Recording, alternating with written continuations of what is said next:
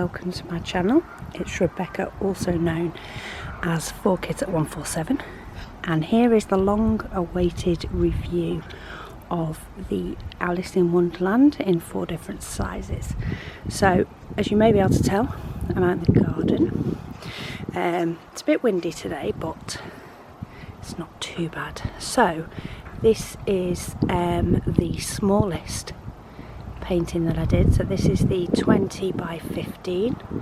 I do apologise if you get wind noises or neighbours' garden noises, but some of these paintings are just too big to do in my craft room. So this is the smallest one. I will probably talk about it in more detail in another video. I'm going to do another video, I think, on small diamond paintings and what can and cannot work. But yeah, I think we all agree that this one is not that good. You can sort of make out Alice, but only if you know it's Alice. So yeah, we'll class that one as a fail. The next one, not too bad from a distance. So this one is 40 by 30, which is normally quite a nice size for diamond paintings. You can sort of make out Tweedledum and Tweedledee from a distance. You can make out Alice. You can make out the Eat Me, the key, the door. So you can make out the Cheshire Cat and the tree, but some of it does get a little bit lost. However, a 30 by 40 or 40 by 30 is quite a nice size for most paintings, though I did pick a painting that was very, very heavy on detail, and if so, for that size, for that type of picture, you are best going bigger if you can. And then the next one, excuse me while we move over, so this one is the 80 by 60. I'm actually really impressed with how this one's turned out. I think you do get the full effect of this from a distance, which of course you get to see better through the camera. But I do think that has turned out as probably the best one if you don't want to go absolutely ginormous for this much of a busy painting. So 80 by 60, or if you're doing a square, 60 by 60 will give you nice clarity on quite a busy painting. You can see the diamonds sparkle from the sun. But then, now this isn't even the biggest one that they did, but this is the biggest one that I did. This is 120 by 80. And oh, there's a fly just got in the shot. And the clarity on this one is even better. You can clearly see pretty much everything that you're supposed to be able to see in that painting. See all the characters, especially up in this top corner where it's very, very busy. Seems to be the two top corners are the busiest. You can see a lot of clarity, even when you go further in.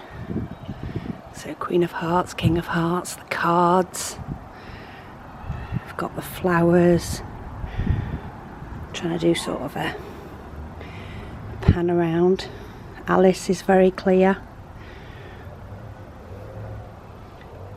And of course the Cheshire Cat. We've got some sparkle from the diamonds, but you can clearly see up the top as well. See the sparkles moving with it. It's just the way the sun's shining. And we've got the rabbit, Tweedledum and Tweedledee. Is that the policeman? I think it is. So I think the clarity on that one is of course a lot better. But then going back over to the 80 by 60, I still think that's pretty good for the size of the painting. If you don't want something that's too big but you've got your eye on an image that's very detailed, I still think that one's very good. I definitely wouldn't bother with the 20 by 15. Doesn't matter how far out you go, it's not going to look any better. 30 by 40 if you mainly want to see Alice and a couple of the other key figures but aren't as bothered about the rest, then that one's okay. You know, you can make out the Queen of Hearts, but maybe the King of Hearts is not so good, and you definitely can't make out the cards. But yeah, so that is those paintings finished. If you want to see any more specific parts of these paintings, do let me know. They were a pleasure to work on, and I do think they have turned out fantastic. But yeah, it's pretty good to work on, and my daughter did these bottom two for me, so I didn't get too bored, but I did get my way through the bigger two to see how they'd look. It's got the shadow of a bird, but it's a pigeon on the roof. So yeah, there is the review of the Alice in Wonderland paintings. If you haven't got the space, you haven't got the storage, you could get away with a 40 by 30, but the 80 by 60 is a lot clearer, and if you do like a nice big challenge, then the 120 by 80